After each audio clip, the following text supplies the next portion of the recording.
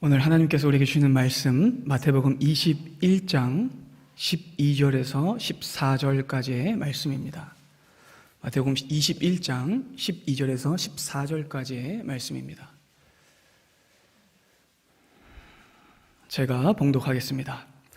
예수께서 성전에 들어가사 성전 안에서 매매하는 모든 사람들을 내쫓으시며 돈 바꾸는 사람들의 상과 비둘기 파는 사람들의 의자를 둘러 엎으시고 그들에게 이르시되 기록된 바 내 집은 기도하는 집이라 일컬음을 받으리라 하였거늘 너희는 강도의 소굴을 만드는도다 하시니라.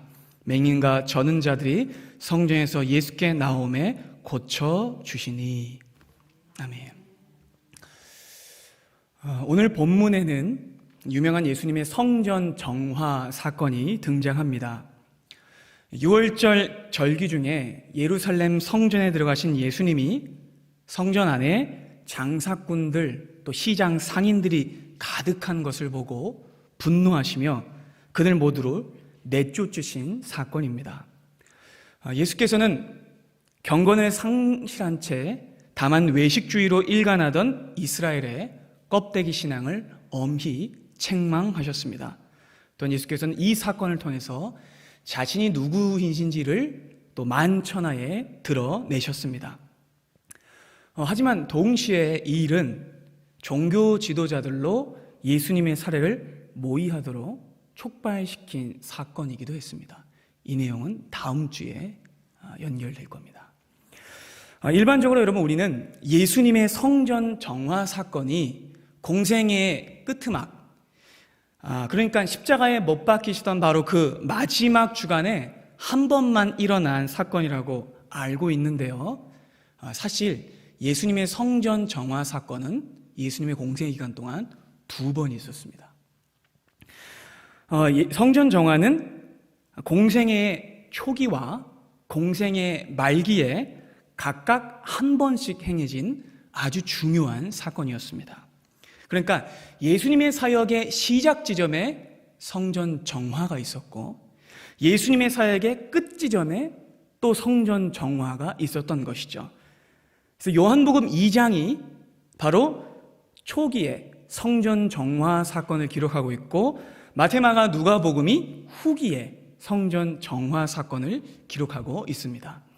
그러니까 여러분, 이렇게 예수님의 사역의 시작과 끝에 위치한, 다시 말해 처음과 마지막이 되는, 즉 알파와 오메가가 되는 이 성전 정화 사건은요, 너무나 선명한 표적이자 구속의 핵심 사역이었습니다. 매우 중요합니다. 예수께서는 바로 이 성전 정화라는 이 행위를 통해서 영적 진리를 드러내십니다. 주님께서는 자신이 이 땅에 헛되고 거짓된 신앙을 모두 쓸어내시고 예배를 회복하시는 진정한 메시아이심을 바로 이 사건을 통해서 드러내신 것이죠. 여러분, 그래서 예수께서는 성전을 정화하신 후에야 진정한 제사를 드리기 위해서 십자가에 오르신 겁니다.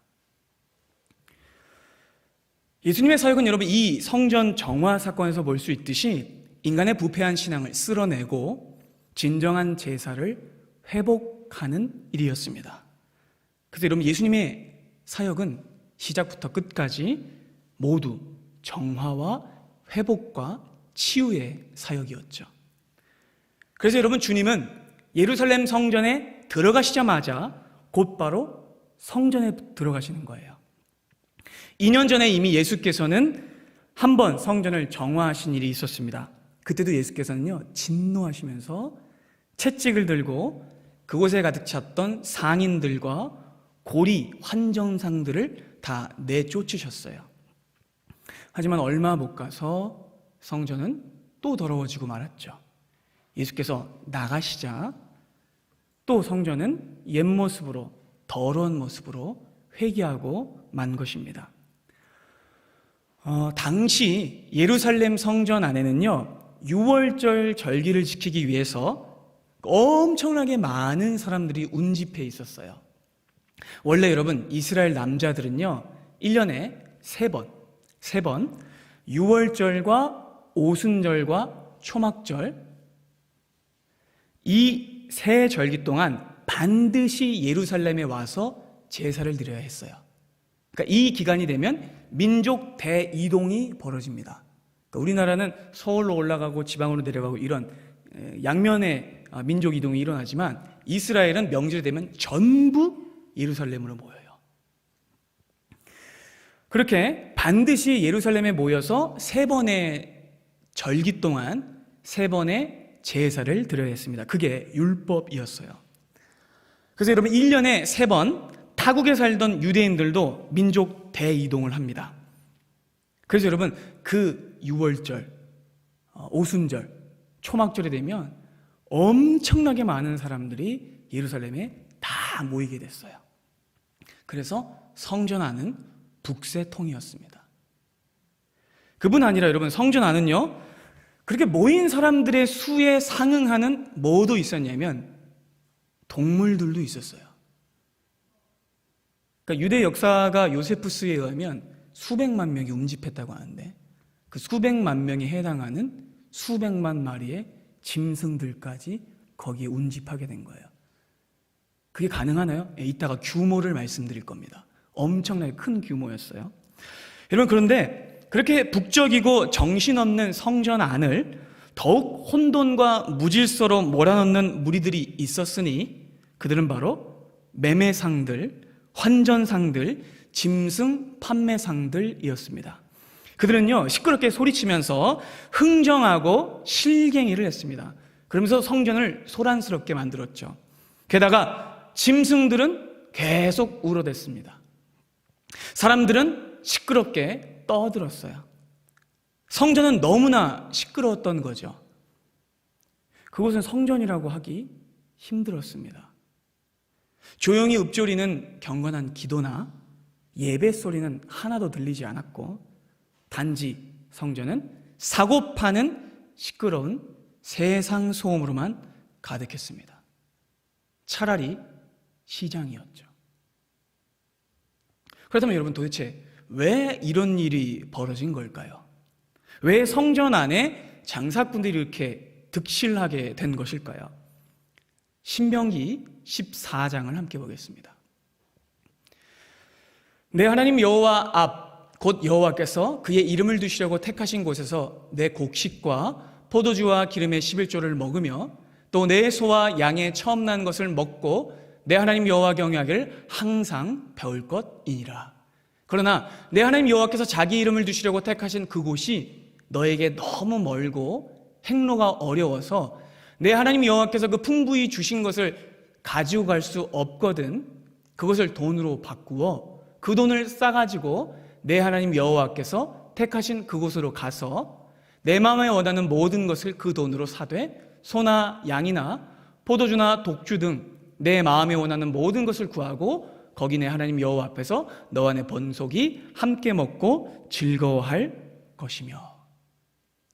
여러분, 하나님께서는요 1500년 전에, 무려 1500년 전에 모세를 통해서 온 이스라엘 백성들이 1년에 3번씩 반드시 중앙성소인 예루살렘에 나와서 예배를 드리라고 명하셨습니다. 근데 여러분, 그것은요 다만 예루살렘이라는 도시 자체를 성물화하거나 신성화하라는 뜻이 아니었어요. 왜 모이라고 하셨냐면 그렇게 모여서 하나님의 구원의 기쁨을 즐거워하라는 거예요.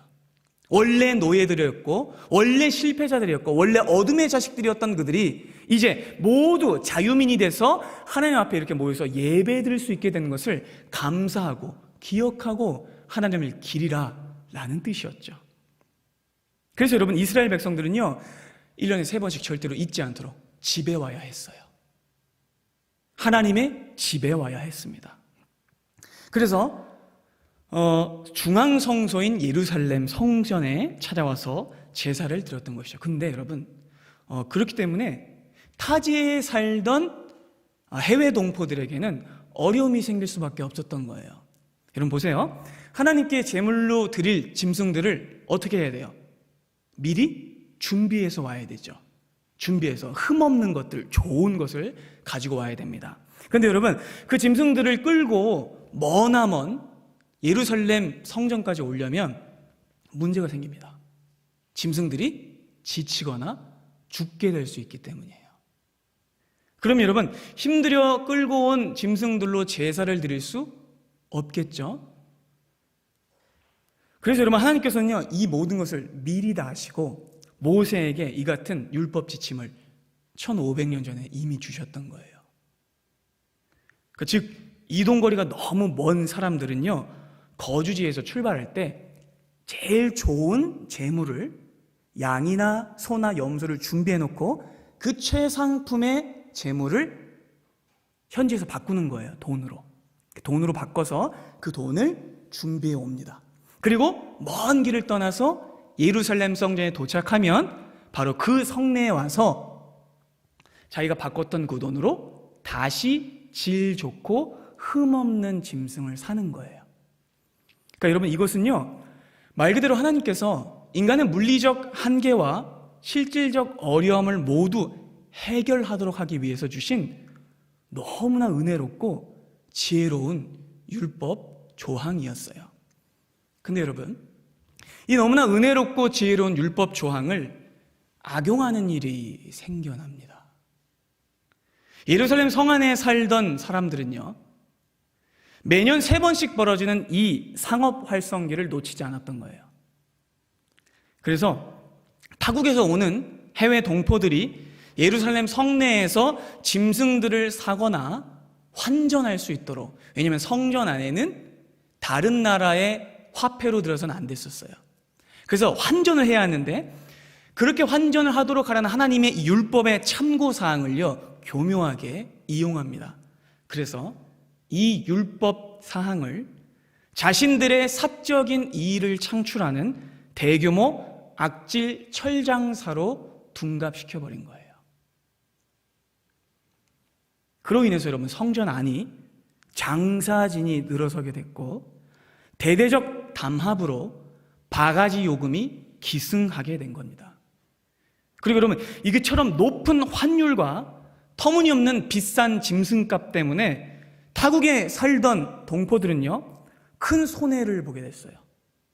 그리고 추가 지출을 하게 됐고 마음도 상하게 된 거예요. 거주지에서 받고 온 금액보다 한참 떨어지는 질 낮은 짐승, 그리고 아주 적은 돈, 그것으로 하나님 앞에 드렸던 거예요. 원래의 마음과 원래의 준비는 간 곳 없고 오히려 더 많은 중간 이문을 동족들이 해먹었던 거죠.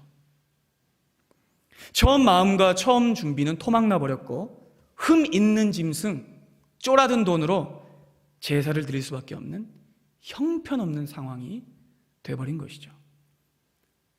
예루살렘에 살던 주민들은요, 자기 동족들을 돕지 않았어요. 오히려 해외 동포들을 착취하고 강탈했죠. 폭리를 취했습니다. 그들이 비루한 제사를 드리도록 조장했죠. 그래서 여러분, 기쁨의 날 6월절은요, 더 이상 기쁨의 날이 아니었어요.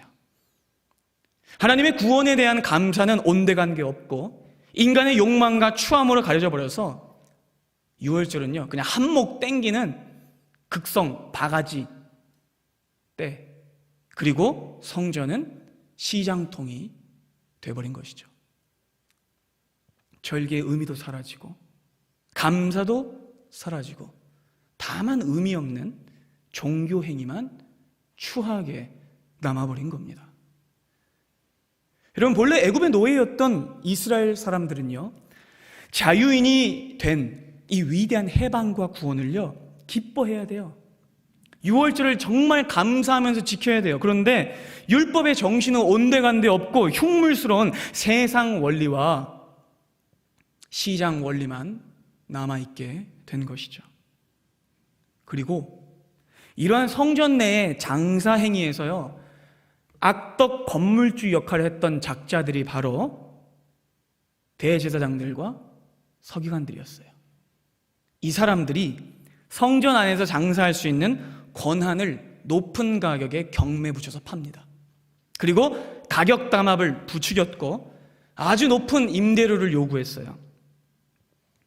그래서 그들은요, 성전이 시장 바닥이 되도록 만든 장본인들이었습니다. 그러니까 여러분, 그곳은요 이미 성전이 아니었던 거예요.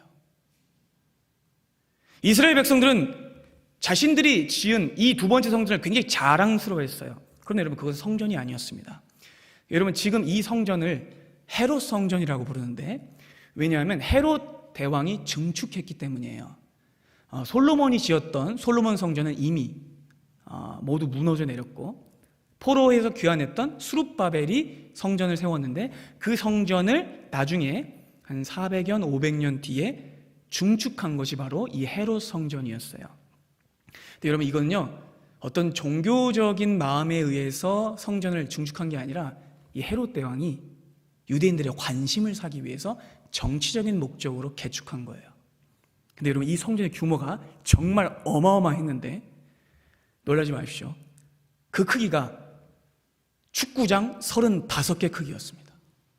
대단하죠, 여러분? 여의도 절반 크기예요. 그 수백만의 사람들과 짐승들이 들어갈 만하죠, 여러분. 대단했어요. 그래서 여러분, 당시의 사람들은요 헤롯 대왕이 증축한 이 성전을 보지 않은 사람은 진정한 아름다움을 보지 않았다라고 말했어요. 그렇게 여러분, 헤롯 성전은요 이스라엘 백성들에게 굉장한 자부심이고 자랑이었어요. 아주 휘황찬란한 외양을 뽐냈거든요. 무려 80년 동안 증축했으니까요. 대단하죠, 여러분? 그러니까 여러분, 이 성전 건물은요 유대 역사의 길이 남을 건축물이었던 거죠. 근데 여러분, 그것이 아무리 위대한 건축물이라 하나 그것은 성전이 아니었습니다. 그것은 거짓된 제사와 세상 가치를 조장하는 그냥 대형 종교 마켓, 그 이상도 이하도 아니었어요. 오히려 이 성전은 우상이 되어버렸습니다. 하나님이 가장 미워하시는 우상. 여러분, 그래서 예수께서 이 성전에 들어오시자마자 이 썩어 빠진 종교 행위를 쓸어버리시는 거예요. 그렇다면 여러분, 예수님 이전에는 성전을 정화하려는 움직임이 없었을까요? 아니요, 있었습니다. 하나님께서는요 이스라엘의 껍데기 신앙을 예레미야 선지자를 통해서 엄히 책망하셨어요. 솔로몬의 성전을 지어놓고 외적인 찬란함에 매몰돼서 진정한 신앙을 잃어버렸던 그들을 향해서 이미 500년 전에 예레미야 선지자는 이렇게 외쳤습니다. 예레미야 7장입니다. 만군의 여호와 이스라엘의 하나님께서 이와 같이 말씀하시되 너희의 길과 행위를 바르게 하라. 그리하면 내가 너희를 이곳에 살게 하리라. 너희는 이것이 여호와의 성전이라, 여호와의 성전이라, 여호와의 성전이라 하는 거짓말을 믿지 말라. 세상에, 하나님께서 이렇게 말씀하셨어요. 거짓말이래요. 그거 성전 아니래요. 성전 건물은 아무것도 아니다. 거기에 내가 있는 것이 아니다. 나는 거기에 없다. 하나님께서는 이스라엘의 외식적인 신앙 행위를 책망하고 꾸짖으셨습니다. 예레미야 선지자는 500년 전에 이미 껍데기 신앙으로 일관하고 있는 이스라엘 백성들을 향해서 절규했어요. 여러분, 더 앞으로 가볼까요? 그보다도 500년 전에 또 사무엘 선지자가 외쳤습니다. 사무엘 선지자는 제사 행위 자체에만 급급해서 하나님의 뜻을 어기고 또 껍데기 신앙으로 일관하던 사울 왕을 꾸짖었습니다. 사무엘상 16장입니다. 여호와께서 번제와 다른 제사를 그의 목소리 청종하는 것을 좋아하심같이 좋아하시겠나이까? 순종이 제사보다 낫고 듣는 것이 순양의 기름보다 나으니 이를 거역하는 것은 점치는 죄와 같고 완고한 것은 사신 우상에게 절하는 죄와 같음이라. 이런 무시무시한 말씀입니다. 하나님께서는요 제사만 드리고 성전 건물 안에서 자리 깔고 앉아 있는 게 예배가 아니라고 말씀하세요. 제사의 행위가 아닌 말씀에 대한 진정한 순종이 제사라고 말씀하십니다. 그래서 여러분 뭐라고 말씀하세요? 말씀을 순종하지 않는 것이 오히려 죄악이다 라고 하시죠. 그래서 여러분, 다윗도 이렇게 고백했습니다. 시편 51편입니다. 주께서는 무엇을 기뻐하시지 않는데요? 제사를 기뻐하시지 아니하시나니. 그렇지 아니하면 내가 드렸을 것이라. 주는 번제를 기뻐하지 아니하시나이다. 하나님께서 구하시는 것은 상한 심령이라. 하나님이여 상하고 통이하는 마음을 주께서 멸시하지 아니하시리이다. 다윗은요, 진짜 예배가 무엇인지 알았던 사람이었어요. 여러분, 이처럼 하나님께서는 언제나 외적 기준과 껍데기 가치에 함몰돼서 흉내만 내는 가짜 신앙을 엄히 경계하셨습니다. 그런데도 여러분, 이스라엘은 어떻게 행하고 있었어요? 변화없이 외형적인 제사에만 매몰되어 있었던 것이죠. 그러나 사랑하는 여러분, 하나님께서 진정으로 원하시는 것은 제사가 아니라 하나님을 향한 순종과 사랑입니다. 아멘이 되십니까, 여러분? 그래서 여러분, 하나님께서는 호세아 선지자를 통해서 이렇게 말씀하셨습니다. 호세아 6장입니다. 나는 인애를 원하고 제사를 원하지 아니하며 번제보다 하나님을 아는 것을 원하노라. 아멘. 그런데 여러분, 이스라엘은요, 성전이 지어진 그 순간부터 아니라고 나태한 종교 형식에만 빠져서 마치 자기들의 신앙을 다 이룬 듯이 행동하고 있었던 거예요. 저렇게 의리의리한 성전을 지었으니 다 이뤘지 뭐, 제사만 드리면 되지 뭐, 이렇게 말하면서 그들은 겉만 번지르르한 그 건축물과 외적인 제사법 아래서 나태하고 천박하게 드러누워 있었던 거예요. 저들은 성경을 잘 알고 있었지만 믿지 못했습니다. 하나도 지키지 못했습니다. 알고만 있었지 이해하지 못했습니다. 외우고만 있었지 실행하지 못했습니다. 다만 껍데기만 추종하는 저들의 신앙의 현 주소는 외식주의, 형식주의, 문자주의일 뿐 제사가 아니었습니다. 저들은 예레미야 선지자의 책망도, 사무엘 선지자의 경계도, 말라기 선지자의 경고도 하찮게 여겼어요. 저들은 살았다는 이름을 가졌으나 실상은 죽은 자들이었습니다. 여러분, 저들이 제사랍시고 들었던 것이 이것이에요. 말라기 1장입니다. 만군의 여호와가 이르노라. 너희가 눈먼 희생 제물을 바치는 것이 어찌 악하지 아니하며 저는 것 병든 것을 드리는 것이 어찌 악하지 아니하냐. 그것을 너희 총독에게 드려보라. 그가 너를 기뻐하겠으며 너를 받아주겠느냐. 만군의 여호와가 이르노라. 너희는 나 하나님께 은혜를 구하면서 우리를 불쌍히 여겨서 하여 보라. 너희가 이같이 행하였으니 내가 너희 중 하나인들 받겠느냐. 만군의 여호와가 이르노라. 너희가 내 제단 위에 헛되이 불사르지 못하게 하기 위하여 너희 중에 성전문을 닫을 자가 있었으면 좋겠도다. 하나님이 절규하세요. 그들은 흠 있는 것들, 더러운 것들, 그것들만 하나님 앞에 적선했어요. 좋은 것들은 자기들 주머니에 다 챙기고 하나님께서 진노하십니다. 너희들의 총독들에게 그따위 것을 바쳐보아라. 하나님께서 진노하십니다. 그래서 하나님께서 뭐라고 말씀하세요? 차라리 성전문을 닫아버릴 것이다, 이렇게 말씀하세요. 충격적인 말씀입니다. 여러분, 이미 성전문은요 400년 전에 말라기 선지자 때 이미 닫힌 겁니다. 이미 400년 전에 성전은 폐쇄됐어요. 영적으로. 왜요? 하나님이 떠나셨기 때문에. 하나님이 이미 오래전에 그 허황된 공간을, 추악한 껍데기 성전을 떠나셨습니다. 그리고 여러분, 긴 시간이 지납니다. 이스라엘 백성들은요 여전히 어두운 눈으로 하나님의 진작에 떠나신지도 모르고 껍데기 제사만 6월절 중에 드리고 있었어요. 그런데 어느 누구도 하나님 앞에 진정한 제사를 드리지 못하고 있던 바로 그때 이스라엘의 모든 사람들이 하나님의 영광을 멀리 떠나 실패한 형식 제사만 드리고 있을 때 누가 오십니까? 예수께서 그 오랜 시간을 지나 마침내 닫혀진 성전문을 열고 들어오시는 거예요. 아멘 되십니까, 여러분? 때가 찬 거예요, 여러분.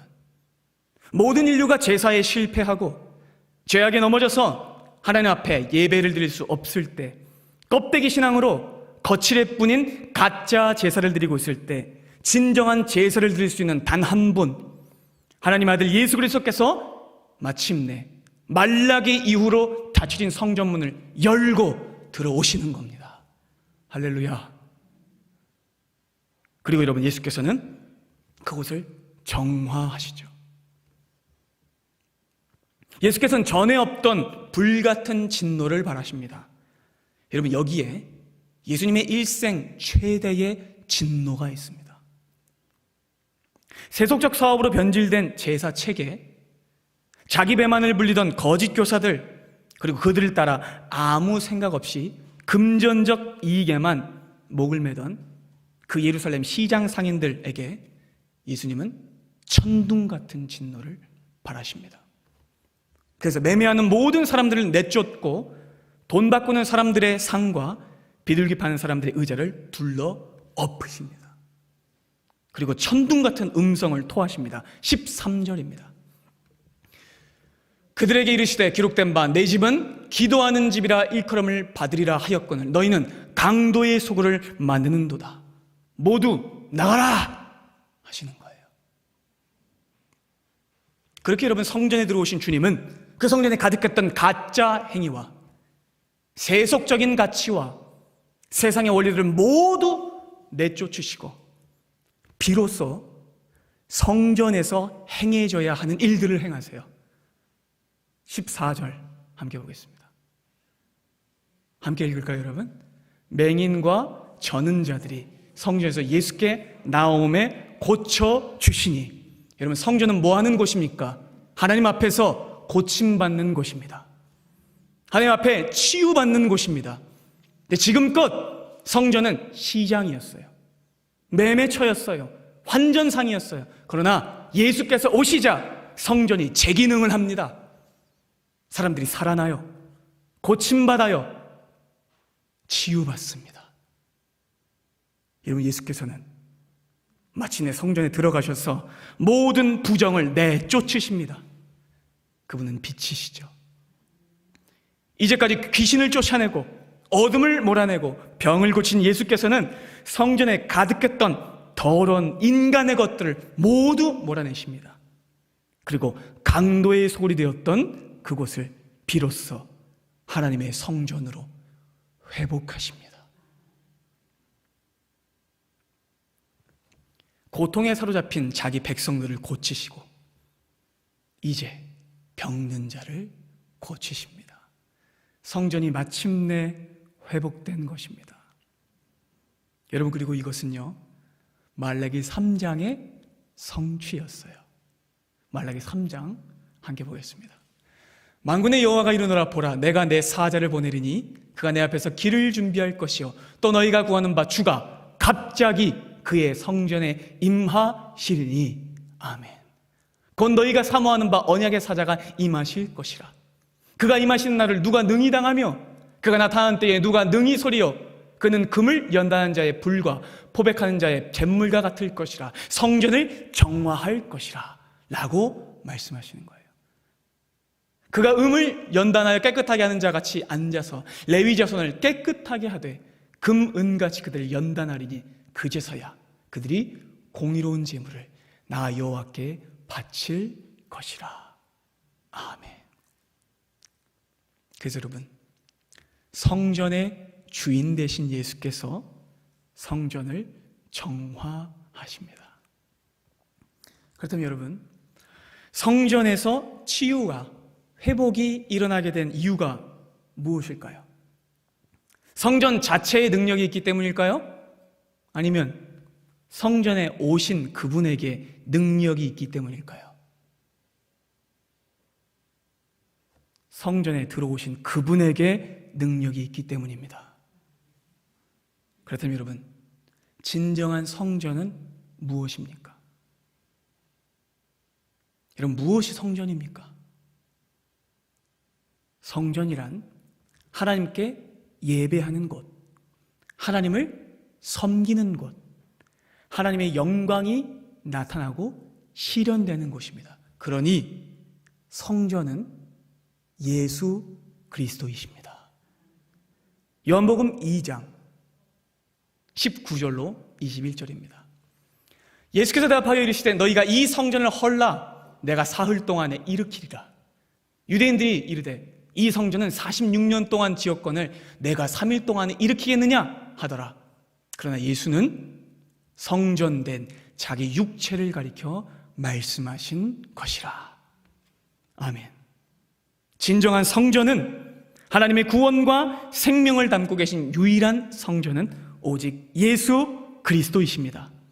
그러니 여러분, 우리는 예수 그리스도 안에서만 하나님께 예배할 수 있고, 예수 그리스도를 통해서만 하나님께 나아갈 수 있으며, 예수 그리스도를 통해서만 하나님의 구원을 받을 수 있습니다. 그러니 예수만이 성전이 되시는 것입니다. 예수 그리스도 없이는 아무도 제사함을 얻을 수 없고 누구도 하나님 앞에 예배할 수 없죠. 눈에 보이는 건물이나 갖추어진 구조물은 절대로 성전이 아닙니다.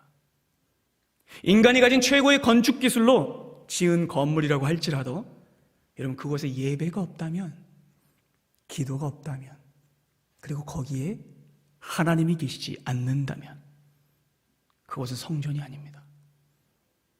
아무리 뛰어난 건축 양식으로 지은 건물이라고 할지라도 거기에 세상 가치만 가득 차 있다면 그것은 하나님이 없는 바벨탑일 뿐입니다. 오직 예수께서 찾아오셔야만 그것은 성전이 됩니다. 여러분, 그래서 예수께서 오신 것이죠.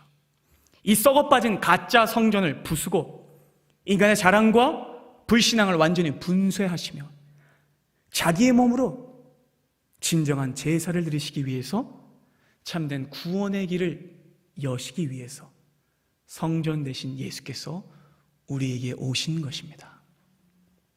그래서 여러분, 그로 인해 우리는 예수 그리스도의 이름 안에서 하나님께 나아갈 수 있게 되었습니다.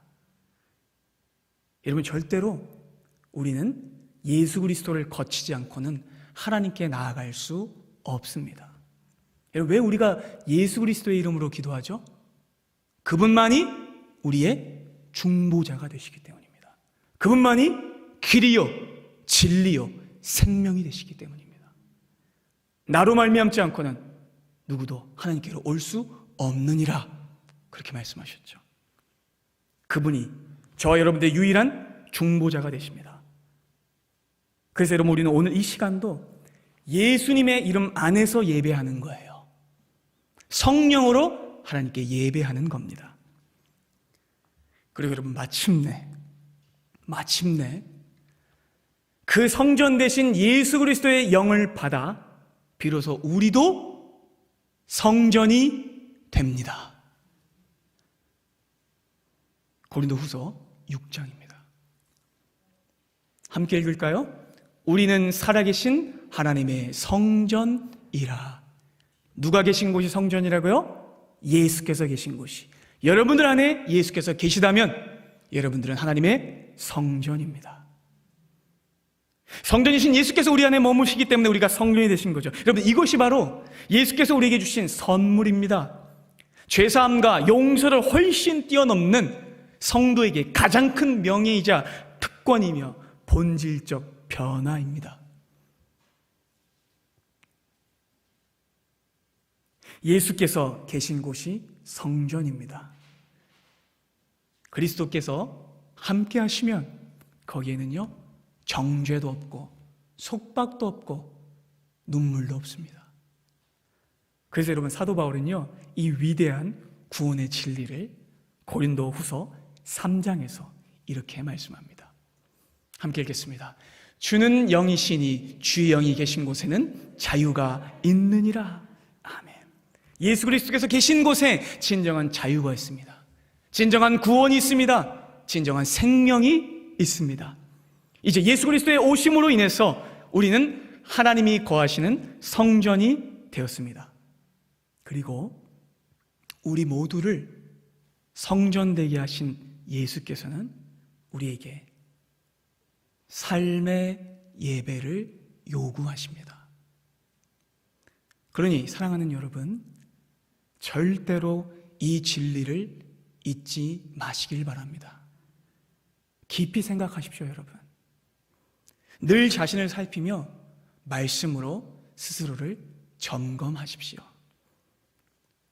말로는 내가 하나님의 성전이라고 하지만 내 안에 세상 것들만 있지는 않은지. 예수님 당시에 그 껍데기 성전처럼 내 안에 하나님이 계시긴커녕 세상 것들만 가득 차 있지는 않은지 여러분 점검하셔야 합니다. 바라기는 이 시간 성전을 정하신 예수께서 이 말씀으로 우리 안에 있는 더러운 것들을 내쫓아 주시길 소망합니다. 우리 마음에 가득했던 세상 것들을 몰아주시길 원합니다. 여러분, 그래서 우리의 유일한 소원은 통일이 아니라 거룩입니다. 거룩이 우리의 유일한 소원이 되어야 합니다. 오늘 이 시간 우리의 구원자가 되시고 영혼의 치료 되신 주님께서 우리 모두의 마음을 정화해 주시기를 바랍니다. 언제나 우리의 삶에서 가장 회복되어야 할 것은 현실의 상황이나 현실의 형편이나 조건이 아닙니다. 가장 먼저 우리에게 회복되어야 할 것은 우리의 신앙입니다. 우리의 거룩입니다. 바라기는 이 말씀을 통해서 두 가지 은혜가 우리에게 있기를 소망합니다.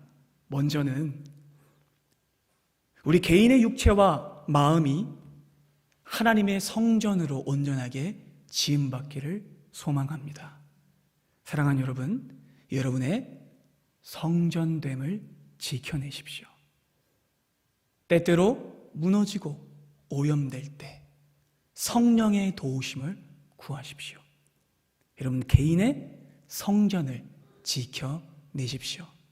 두 번째입니다. 또한 우리 영안교회가 하나님 앞에 모두 거룩하게 되기를 소망합니다. 감히 사람의 생각과 가치가 침몰할 수 없는 거룩한 성전으로 세워지길 소망합니다. 이 지역사회를 섬기고 정말로 죽어가는 사람들을 건져내는 구원의 방주 역할을 하게 되기를 소망합니다. 우리도 성전이고 이 교회 공동체도 성전입니다. 사랑하는 여러분, 우리 주님의 오심은 우리 안에 가득했던 죄악을 몰아내고 거룩히 하시기 위함입니다. 오늘 이 말씀이 여러분들의 가슴을 치게 하고 여러분 안에 있는 죄악을 몰아내며 거룩을 회복하게 하는 말씀 되기를 소망합니다. 성령의 검으로 여러분들의 굳은 마음을 제거하시고 부드러운 마음으로 새로 인치시게 하는 우리 주님의 말씀 되기를 소망합니다. 잊지 마십시오, 여러분. 여러분들은 하나님의 성전입니다. 그리고 이곳은 기도하는 집입니다. 기도하겠습니다.